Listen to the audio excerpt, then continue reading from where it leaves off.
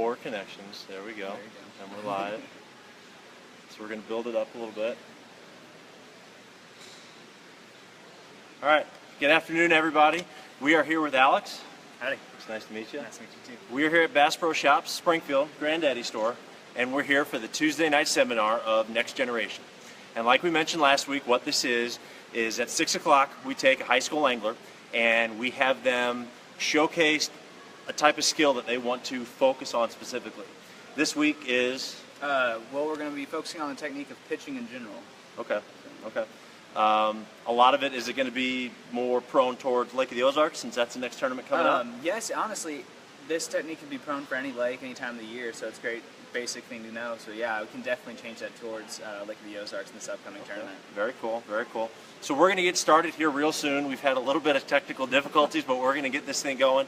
But Alex, you've been around this sport probably since you were a little kid, yeah. And you've been involved in high school fishing for, I think we talked about 3 years now. 3 years, yeah. So tell me about that experience, tell me about how you got started and where you are right now. Yeah, absolutely. See, first time, I mean, I've fished ever since I was a little kid, and always enjoyed it. About 3 years ago, Teen Anglers came about, and Kickapoo started a bass fishing team. It's kind of small for our area, but as the years began to progress, it also grew in numbers as teams and also popularity.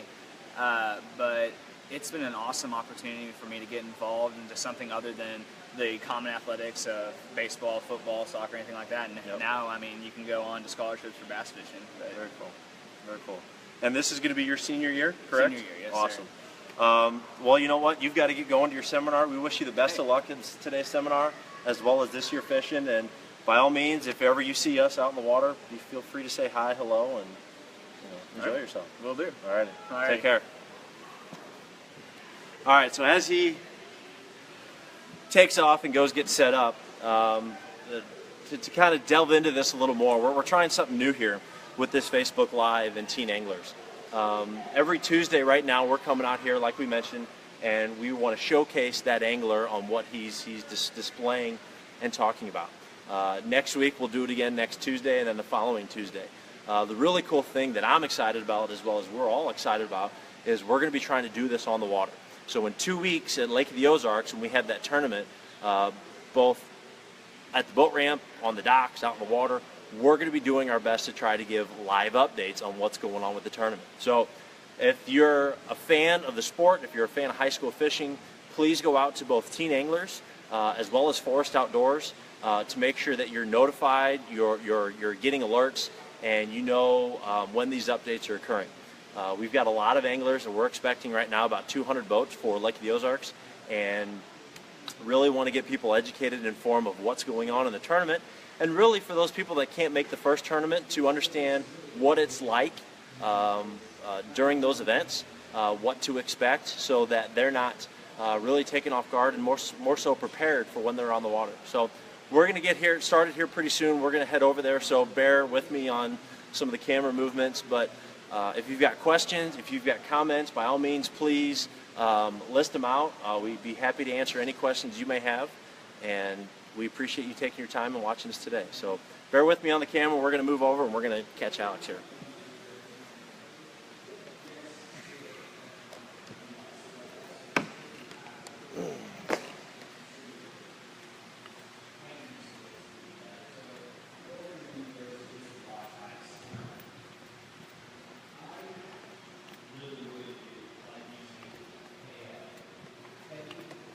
Medium heavy action to heavy action rod.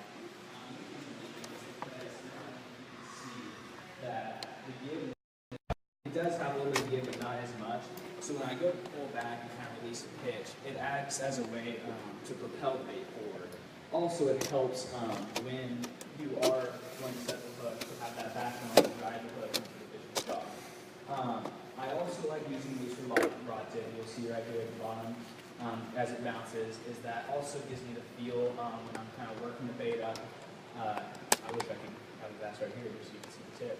But you can kind of see the rod tip as it moves a little bit more than the entire rod, and that just gives you the feel and sensitivity while you're working a jig, a worm, a spoon. Now, granted, spoons, you're going to be setting the hook every time you're working it, so that rod tip is not going to be too much of an issue there. Um, Lengthwise, I like the longer rods, anywhere from 6'10" to 7 feet.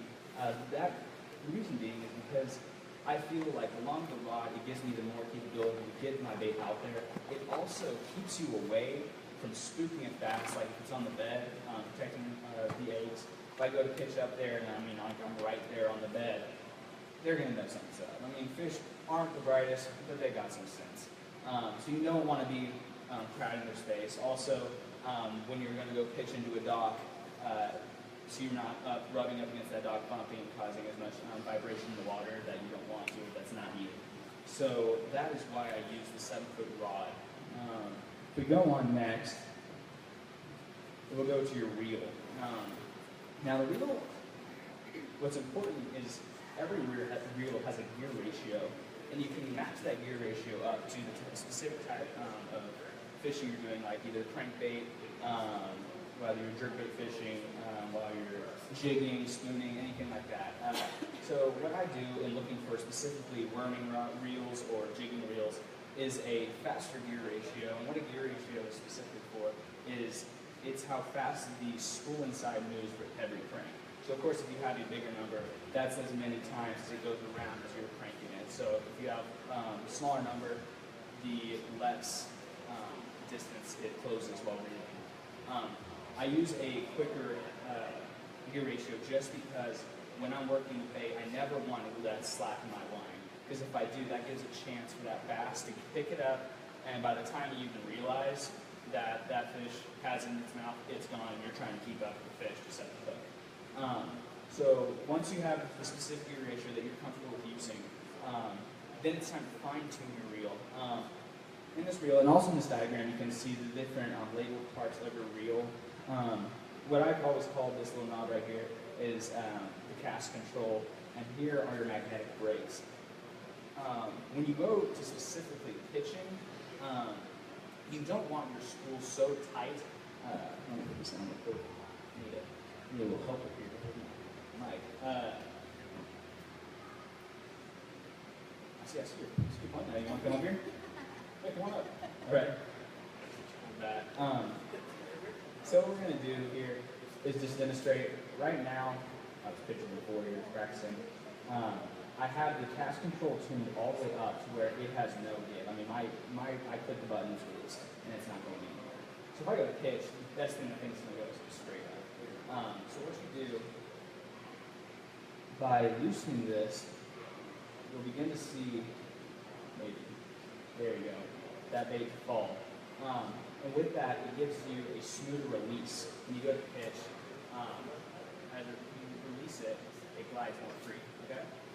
So that's the fine-tuning part. And then there's also another deal that's called the brakes, or your magnetic brakes. And I've used them recently just because I finally figured out what their purpose was.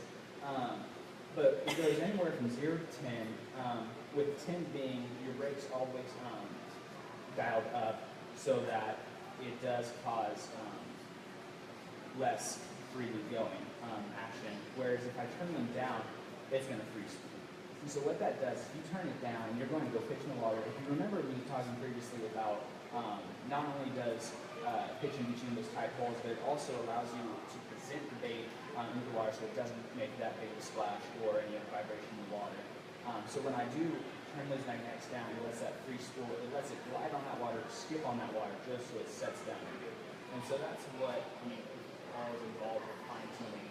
And like I said, it's all with what you're most comfortable with. So fine-tuning is moving it until your bait falls freely. Some people like it a little bit tighter than that. I like it very loose just so I can have that free glide into the bait.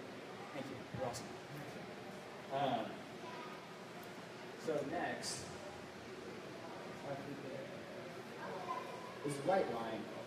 Right line to use is also another added bonus when pitching. Most people, when they are worm fishing, jig fishing, spoon fishing, they want to use a heavier line just because, like I said earlier, with a heavier rod, when they set the hook, they want that backbone. What the heavier line does will ensure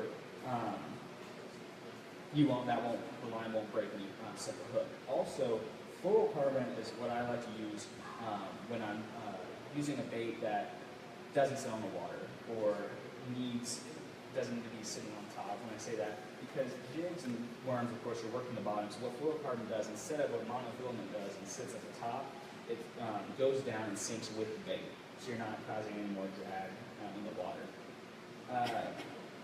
The next thing, I mean, of course, it also depends on the cover you're fishing. Fluorocarbon is great for just bed flipping and in docks if there's not that little hidden bar that you always think is a fish when you're kind of working it up and you accidentally hit and you get spooked. But open stalls and also bed fishing is great for fluorocarbon. When you're fishing thicker cover like logs and bushes, it's great to go with braided line, because what that does is braided line, if you've ever felt it, it is strong. And it's less likely to get an anchor snap when you're pulling it through a bush while you're pulling it over that bar, like I said, and if the boat stall is protected by the little guardrail.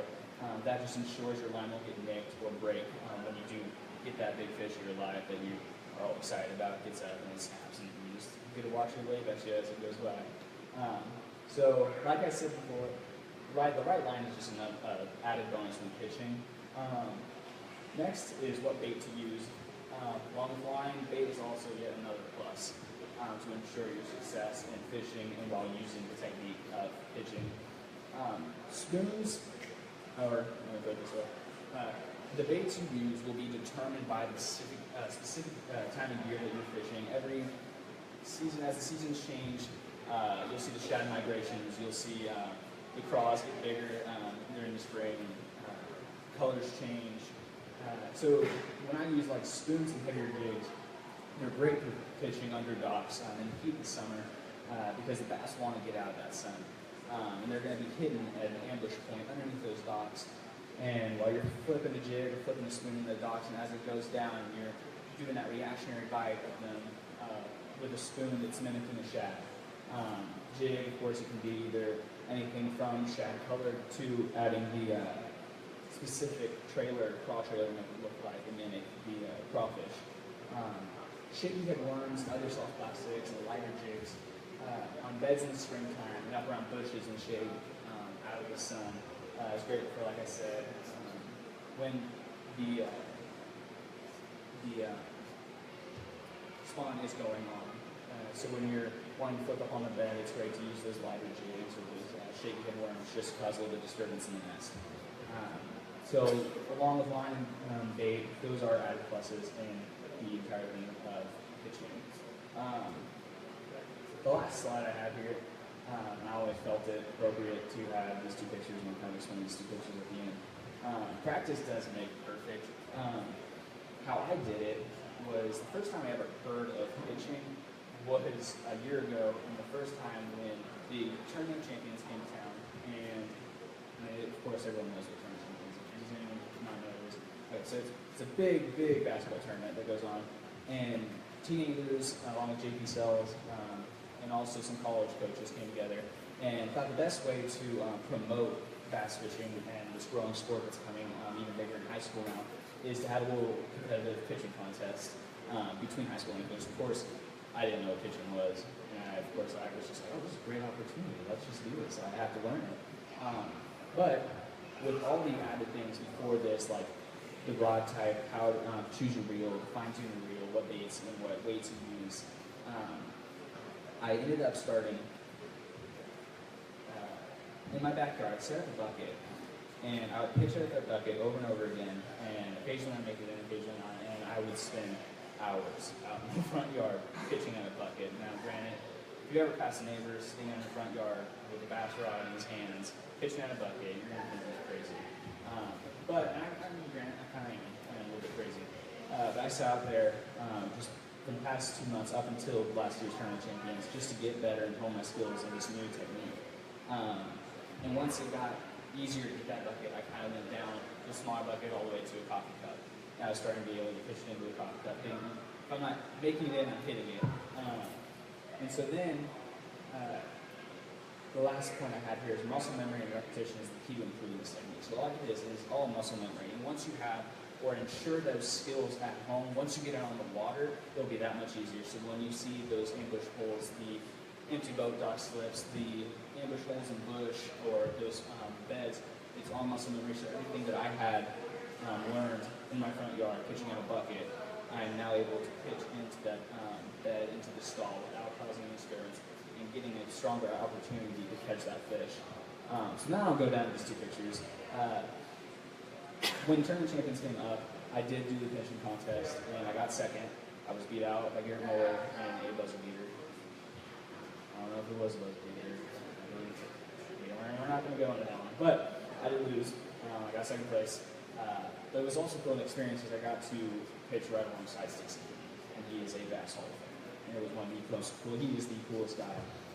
Just the little time we got to spend and chit chat. It was a great opportunity. I kind of took, of course, second place as a challenge and wanted to improve this skill because you're capable of using the skill, like I said, any time of the year, whether it's pitching at a bass bed or pitching under docks in the summer. I kept practicing, and then this year I was asked to do it again, represent Kickapoo, and I did take first place at the pitching contest at the Tournament Champions, and it was one of the coolest experiences in my life, just because you're sitting in a crowd of 10,000 basketball screen best fans. Now, granted, we're here to watch basketball, but it's pretty cool to watch high school anglers. Get to do what they love to do. So that is the end of pitching in general. If you have any questions, now's the time to ask them. Also, I can go into any questions from why jig fishing, why spoon fishing, why pitching. So any questions you have, feel free. Explain the difference between pitching and flipping. Pitching, flipping. All right. So pitching, and this is more show kind of thing. The idea of pitching is to, awesome, thank you. The idea of pitching is to, when you are going for a further distance, it's for those further distance so you can let it glide and let gently go across the water so you don't cause any splash. Flipping is for those closer encounters, and so what I find it easy to flip, or my understanding of how I flip, is I always have those tighter corners, is when I'll pull this line back and just let it, I already have the amount of line that I want out, and it's just over and over again. So flipping is for those more close encounters, and the ones that you just want to pull out real quick and just go right back again. So if you feel like you had a bite right there, it's easier to pull this up and pitch it right back than to re-reel it in and go. So pitching is for those distances, and flipping is for those closer encounters. Any other questions? How far do you feel comfortable flipping? Well, let's see, anywhere. I always go back to Tournament Champions because this is how I started pitching. Was we always have, we're going to put it in practical terms, from half court to the baseline, I guess. And so that's easily, I don't even know the correct measurements to that, but it's anywhere from 20 to 30 yards.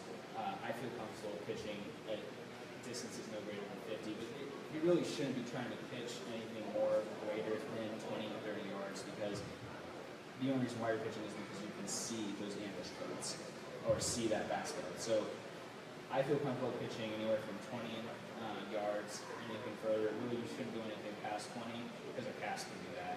But if you are seeing those beds, that's when you can move up closer and pitch. Or if you feel that height, pull that, flip it back into that cover. So, any other questions? Do you flip and pitch any lure, or just? Funny story about that. So crankbaits, those of you who know what a crankbait is a hard plastic lure that you usually cast out and you crank it down. I did have a friend that we just started learning how to pitch, and he thought it wise because we were in a cove and there were trees behind him. That the best way to get it out there was to pitch a crankbait. If you're not comfortable with pitching a crankbait and when to release the bait with your hand, you could end up with it with your hand very easily, and that is what he did, and we had to help him get that out. Yes, you can pitch any lure, whether you want to. I think it's a lot of confidence issue for me. You can pitch every lure, but I usually save it for those closer encounters like the jig fishing, the spoon fishing, getting into those ambush spots. We've got a question online, and it's kind of a two-part, and a lot of moms are going to hate this one.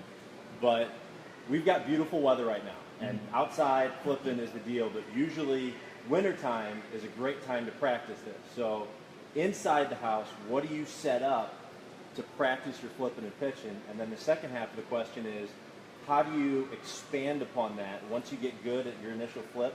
How do you challenge yourself? How do you continue to try to absolutely make it harder? So I did. It was cold outside during the winter, and what I would do is I had a little part in my basement that was kind of like a shooting line. It was I moved everything else out of the way, and what's really cool about doing it inside is now you have an obstacle, the ceiling, and you don't. The thing with pitching, like I said, is you don't want to create a big splash. You just want to let it glide on the water.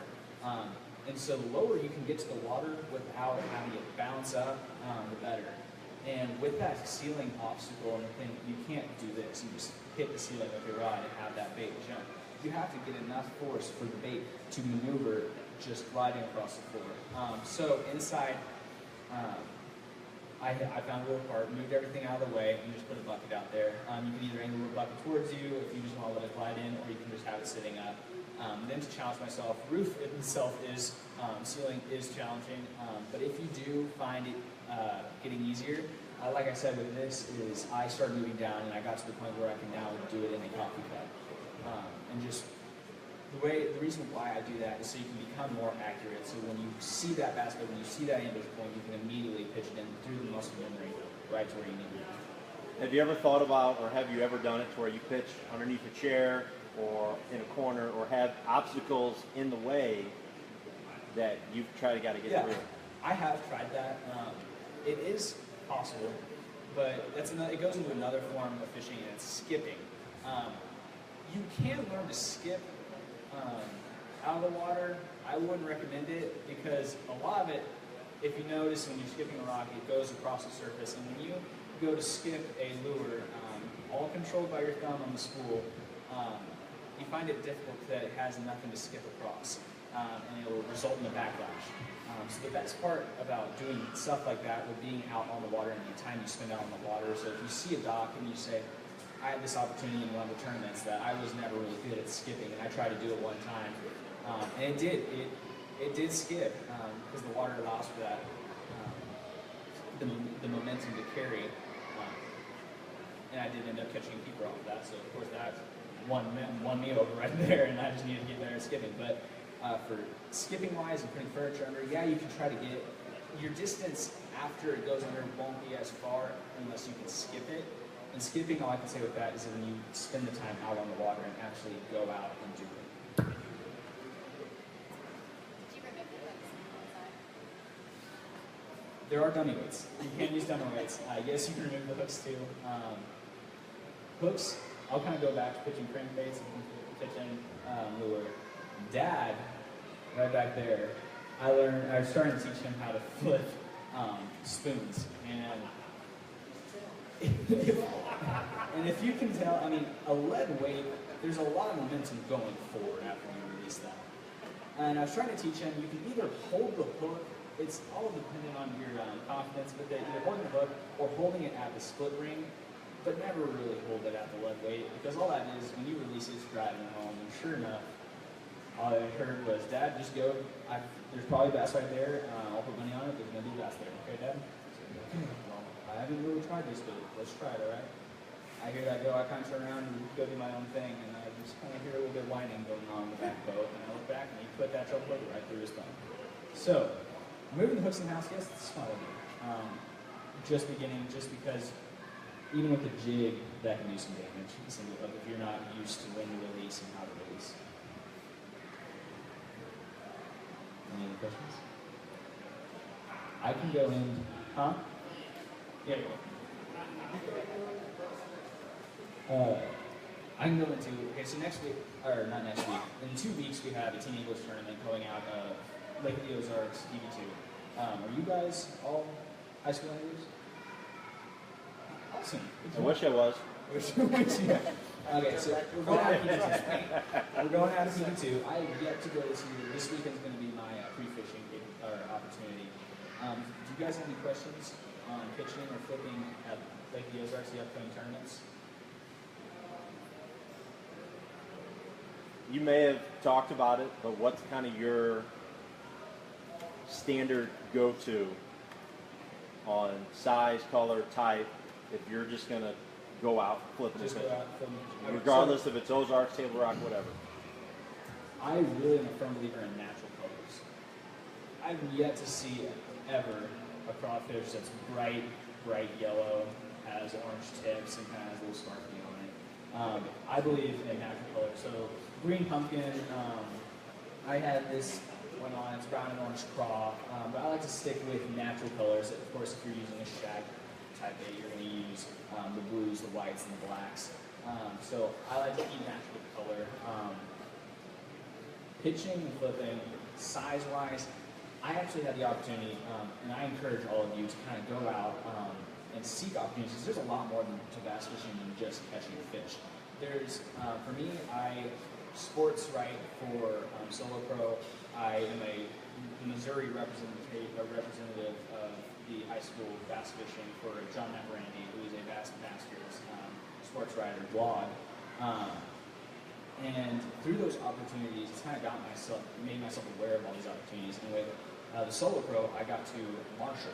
And with marshaling, I get to kind of make sure they're not using a bait they're not supposed to, or there's no one else in the boat fishing. Even if I want to fish, I can't fish, I can't pick up the rod. So it's the most painful experience in my life. All I can say is, not that I can do it better, but no, but through that, I got to learn from Chris Bridges, who's really good at using a jig.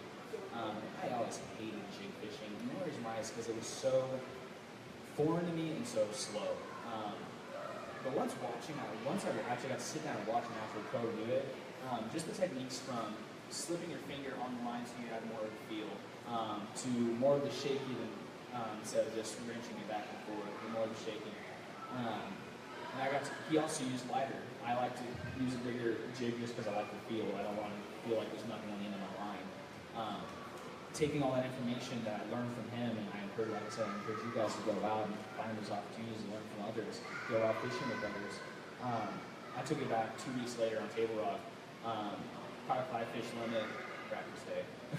Caught a 5-fish limit, and I went in to a college lay-in just to kind of see how they are. And I could have placed up there. It was cool just to see how I was able to take those new concepts and apply them to now. So with size and weight, I got to learn that through others. So spring, they're sluggish, they're slow, but they're going to eat. And if they're hungry, they're going to eat. You can't force feed bass. That's another thing, and you can't force feed bass.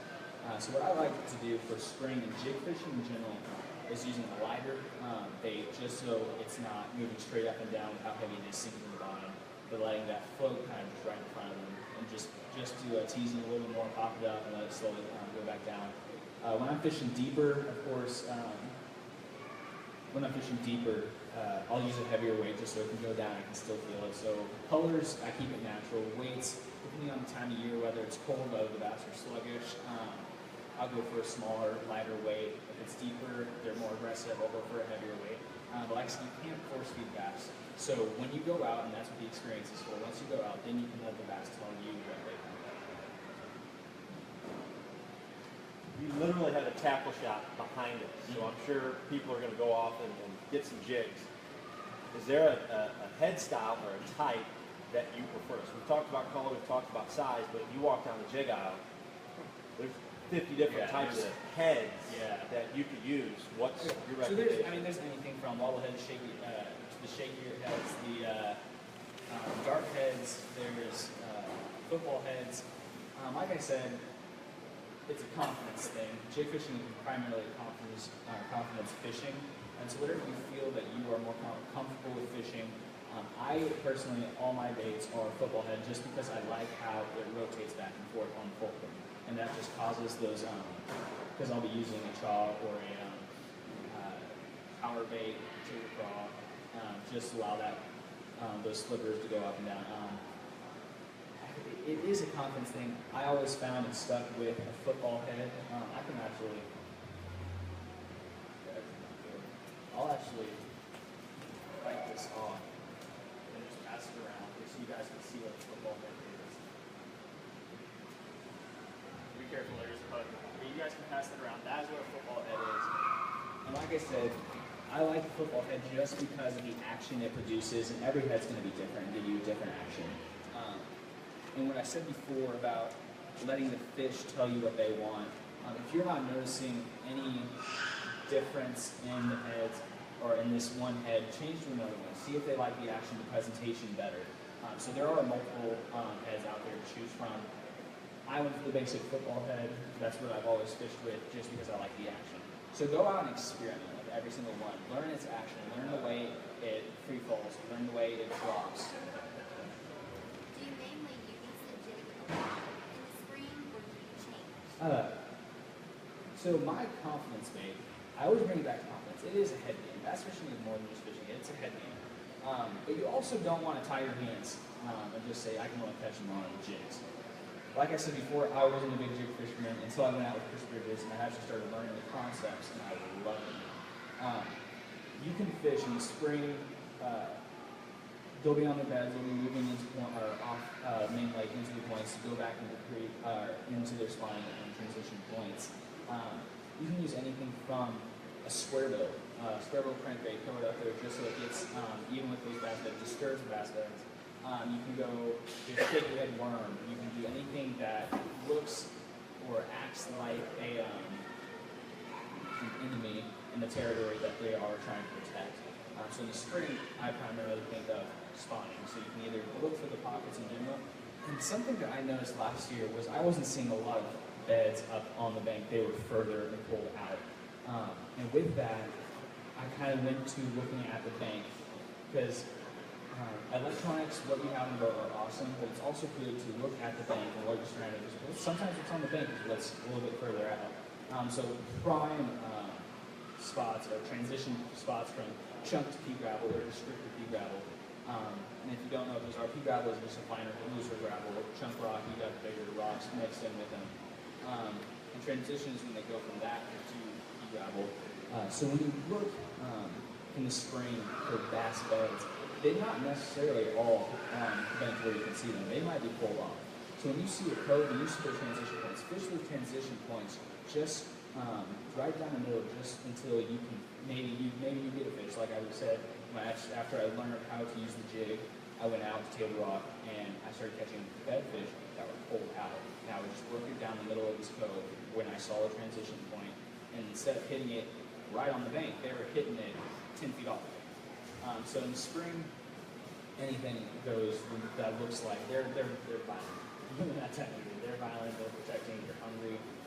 So anything from square bill, rewards, soft plastics, jigs. Like I said, it is a confidence matter, and it's like I said before, let the fish take what they want. So if you're not noticing, switch it off. Try this. And something that would open my mind up is maybe they won't hit the jig going down the bank this way, but coming back this way, the direction to change it, or I could try a spinnerbait, or I could try the square bill, and they might hit it there. So that's kind of hard to do for tournament fishing to do your time, but when you are having the experience of going out before free fishing, that's that time you can take to go back and forth on the bank and learn what the fish are wanting to bite, whether it's the jig, whether it's the square bill, whether it's shaky head worm. Do you fish right on the bed when you see the bed? If you see the bed, okay, so if you see the bed, primary thing is they feel motivated to protect whatever is on that bed. So what I do when I pitch a bed, if I see a bed, of course I don't want to be right on top of them, so that's why I was saying that longer rod gives me a chance to follow that bait further. I can be further back, I can sit on the bed so they don't get spooked. But I like to put it, if not in it, just past it so I can work it through the bed. And sometimes bass will let you know if they're feeling. You can kind of see just how they react if you're actually looking at the bed. A lot of us just kind of pre-fishing off just at a pond. I mean, pond and lake fishing are two different things. But it's really cool just to see the pond, just so you can right there and actually looking at the action. When I was pulling it through that bed, I had the mom or the male actually come on, take it by the tail and move it, not with the hook in it, and just set it, and let's go right back. Fish it again, and then it became a contest with everyone there. Who can get this bass to eat the bait? And so with that, I also learned changing the lures up. Color-wise, I went back to a natural color with maybe a fire tail, bright yellow tail, and that ended up really taking off the bass. When I put it right back up there, the bass, the male didn't get it. The female came out of the bush and came back because it was well say, you weren't doing your job. Suck that sucked it out, and I sucked it out. But when I'm fishing a bed, I always like to put a pass, and when I can get it in that bed, I want to cross as much disturbance as I can. So not pulling it up, but just shaking it. And that's what a shaking worm is great for, because it will dig into it in there, so it looks like something's feeding on the eggs.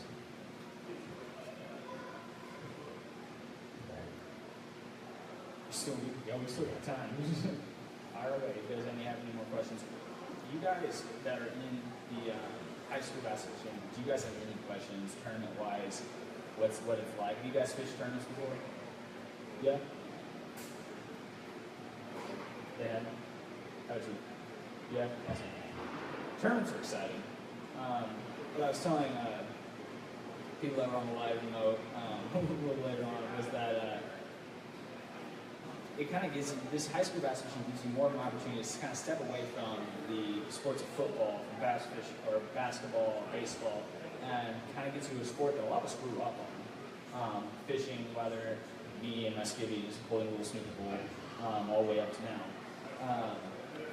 And just, I played football for a while until I had that opportunity kind of taken away, and bass fishing came in. That I got to know what it felt like to go out on the field, everyone's screaming. That's just as exciting. When you get there and you're going through the tunnel onto the field, where you're just about to get takeoff, and it's exciting. Nerves will get to you, but the biggest thing I can give to you guys is calm down and fish what you know. Whatever your confidence in, don't try to make or force feed the fish. I made the mistake of listening to what's called Doc Talk before last year's tournament.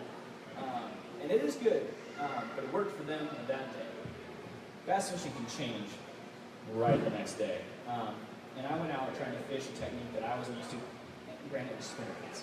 Who doesn't know how to fish a spinner bait? And I couldn't get it down. And with that, I was so concentrated and getting focused on the spinner bait that everything that we did work on prior was gone. So like I said before, take a deep breath. You're fishing for a sport. Have fun, but also fish what you know. Anyone have any other questions? Great job.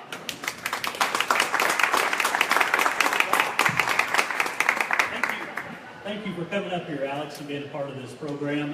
This is our next generation, like I said, and I think I got a new prospect back there that's thinking about maybe doing a night fishing seminar. Not trying to throw you under the bus or anything. So, but anyway, we got Austin and all the other young anglers here. Thank you guys for coming out. Please, if you ever have an opportunity, thank Bass Pro, Blue. Once again, thank you very much for coming out for the Tuesday Nighter. We're going to be doing this again next Tuesday, so please stay tuned. Go to Teen Anglers, go to Forest Outdoors, like our Facebook page, and get ready for Lake the Ozarks tournament because it's coming soon. You guys take it easy and take care. Bye. In 2 weeks.